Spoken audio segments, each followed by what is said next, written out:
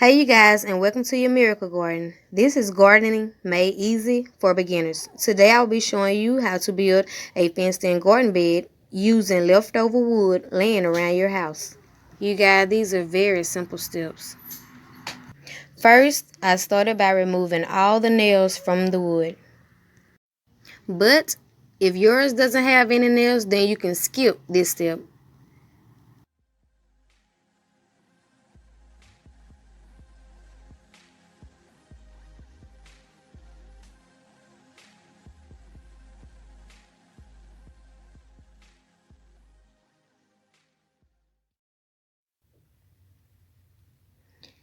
And now you want to even the boards up. Make sure they're lined up very evenly so they can sit right.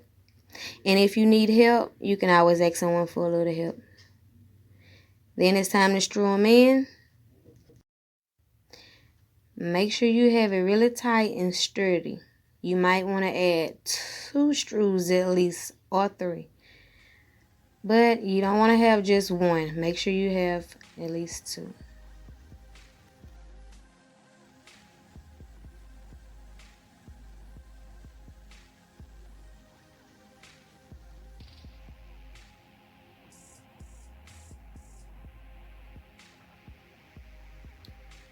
Then you can add more screws down at the end, just to keep your bed stable, more stable.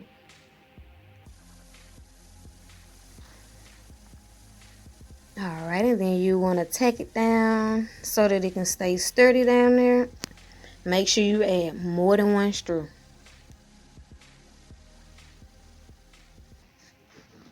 Alright, and once you got that tacked down,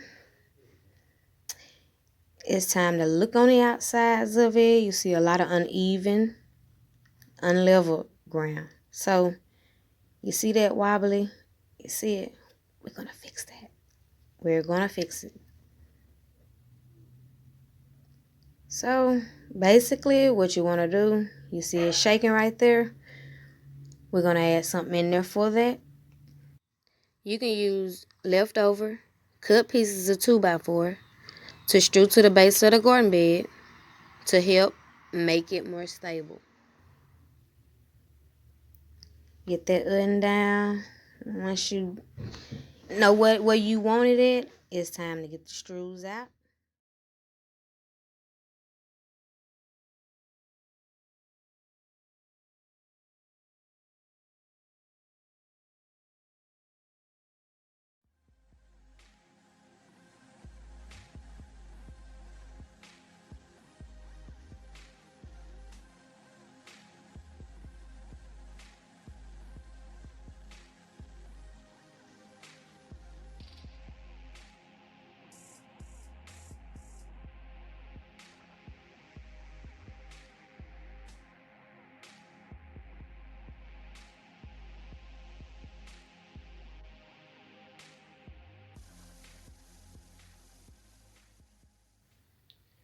Our base is still loose, so you want to go down to the other side and repeat the same steps.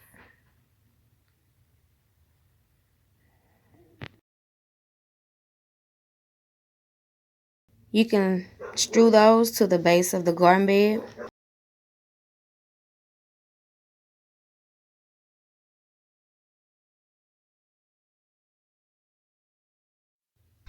Now you know where you want them. Use 1 screw. Strew your leg in. And you might have to position it a couple of times just to get it in a good position where to sit right, but you'll get it done. Just keep trying and keep positioning it. You might have to keep doing it a couple times. I had to. After you have that done, your garden bed should be stable. You could check it's stable. Once you guys have checked to see if it was sturdy, now it's time for the big job.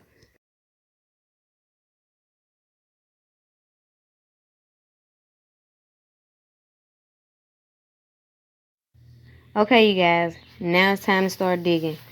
But if your dirt is as hard as mine, Then you'll need a better tool to help you disturb the dirt.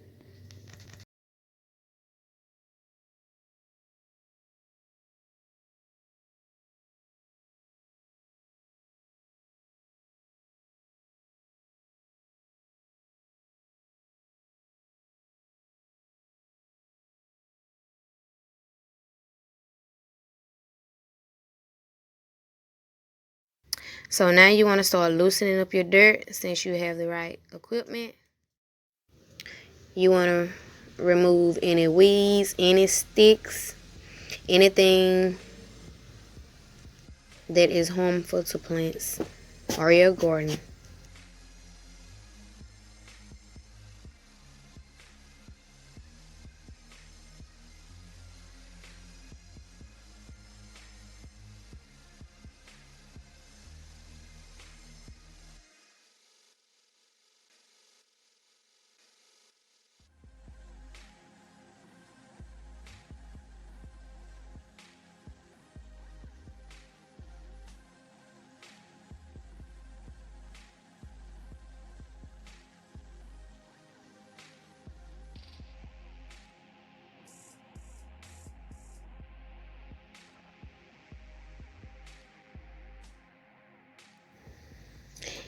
And if you find any earthworm, try to save as many of those as possible, you guys. They are really good for your garden. They give your garden a great nutrients.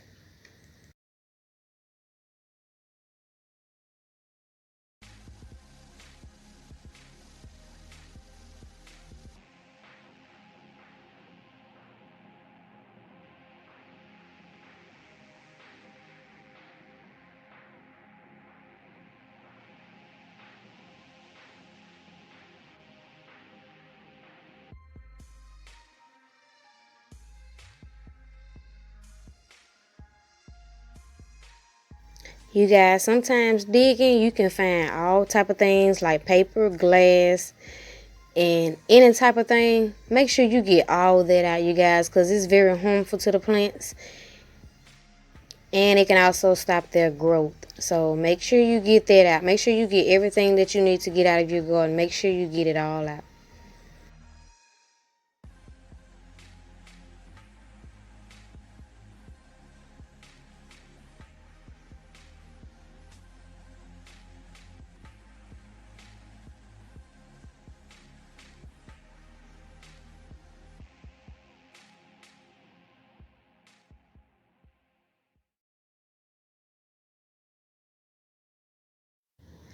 Once you guys get done digging, just go around any weeds, grass stems, remove those because they could grow back in your soil.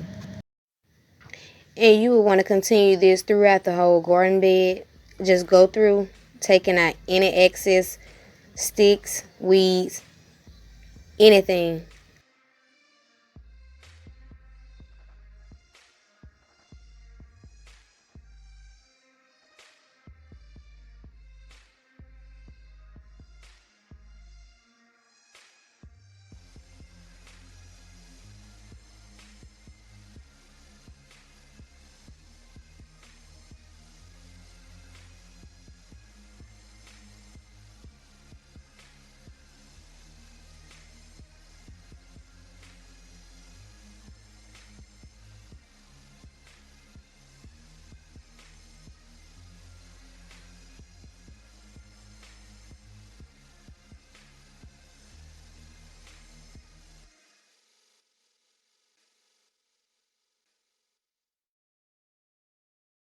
Alright, you guys, we have taken out all the sticks, stems, roots.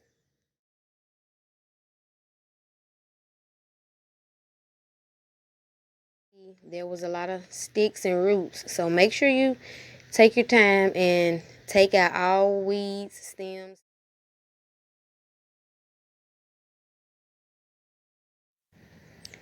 And if you want to recheck and make sure that you got all your sticks and stems out, you can do that.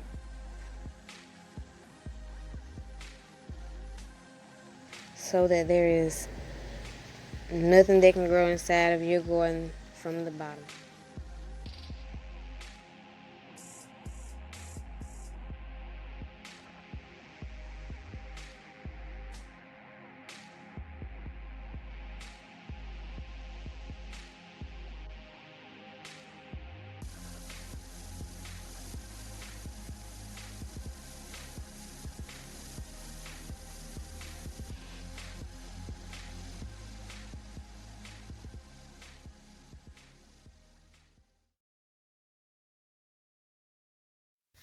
Okay, once you have loosened and disturbing all the dirt around the garden, it's time to prepare and get ready for the compost.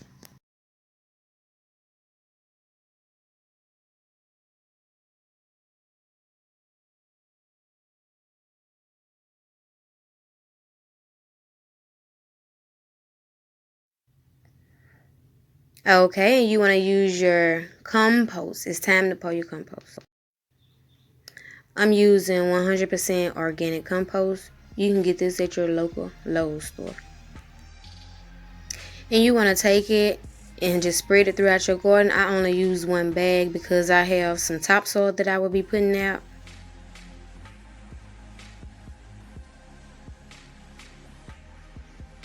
And you just want to take it and spread it throughout your garden.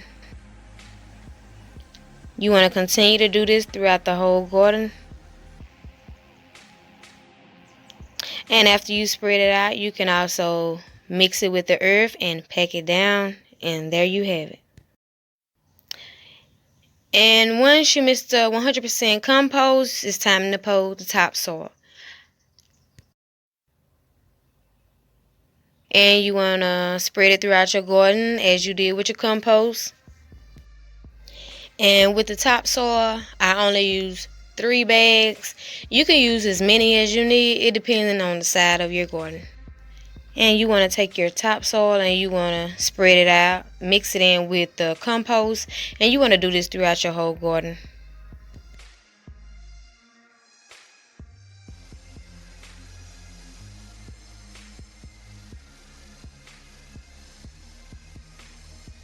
Make sure you mix it really good.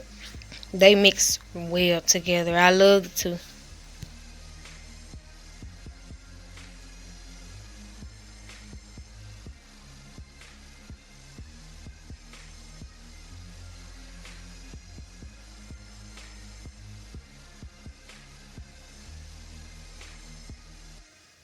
Okay, and once you're done with the topsoil, you want to spread it out. Mix it in with the compost. You want to spread it out nice and even.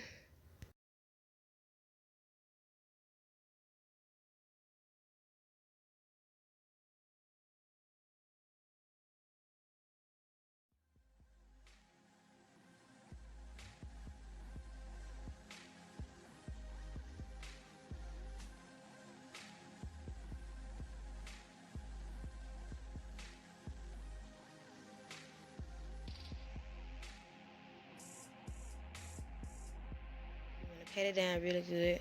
Not too hard, but you want to pat it.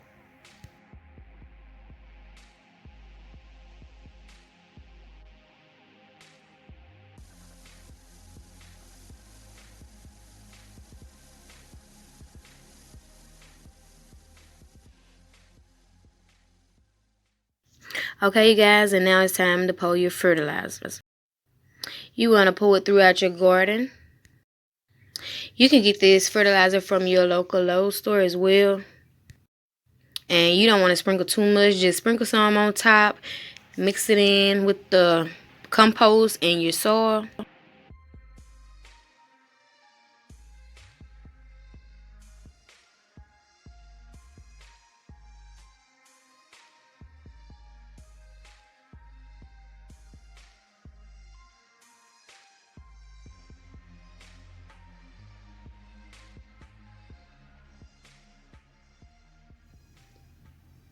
Okay, you guys, and here, if you want to walk in, we added this a little late, but we want to walk in so that if we plant something in that corner back there, we will be able to walk into the garden. But usually, we do this before we put down the garden, but since it was just a minute thing, we went on ahead and decided to just add it in. So if you want to walk in your garden, you could just add this. It was just a simple add. It was nothing. You don't have to redo anything. You could just add that piece in. Okay, and for animals, if you have any animals or anything, it's time for fencing. And if you need a helping hand with the fencing, you may want to get one because the fencing it can be hard.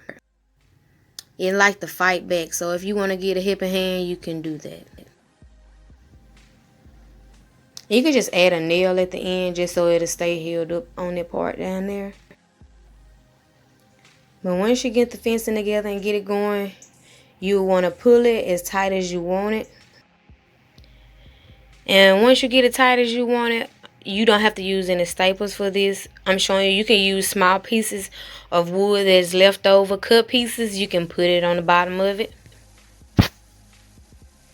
And once that you make sure the fencing is tight as you like it, you might have to adjust it, but once it's tight as you like it, you will want to go ahead and screw that cut piece in, and you want to use more than one screw. You want to use at least like 2 screws on that one, because if not, it will cause the gate to stay loose and it won't be so sturdy. After you have that screwed down, you want to continue to pull the fence, and you want to continue to screw in small cut pieces at the bottom of the garden bed. And you continue to do this throughout your garden.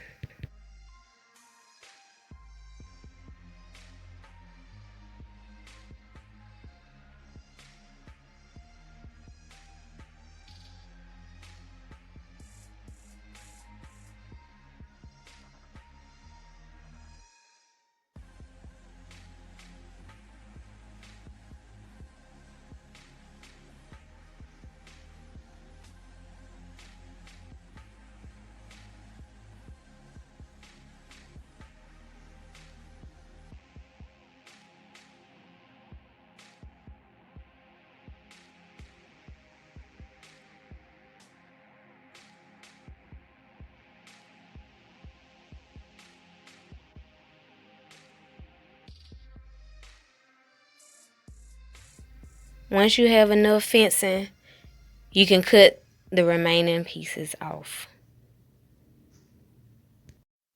And there you have your fence.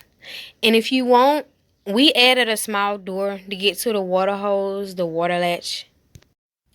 And we also did it so that if I want to plant right there, I can also plant right there. But it's easy access to open and close it.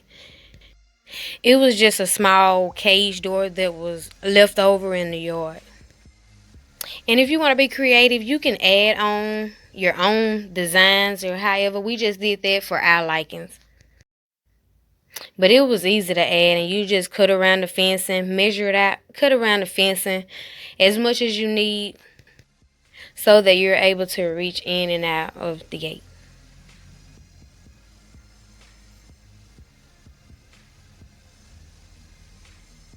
And you want to continue to do this until you have removed the fencing from behind the gate.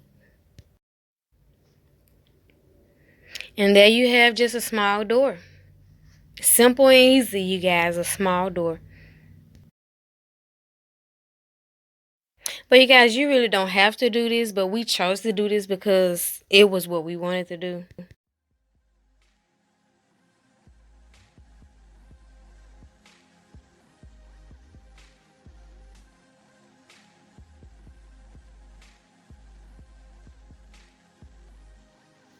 And since the wood was so small and I didn't need a saw, I just used a Fat Max. You can also get this from your local Lowe's store as well.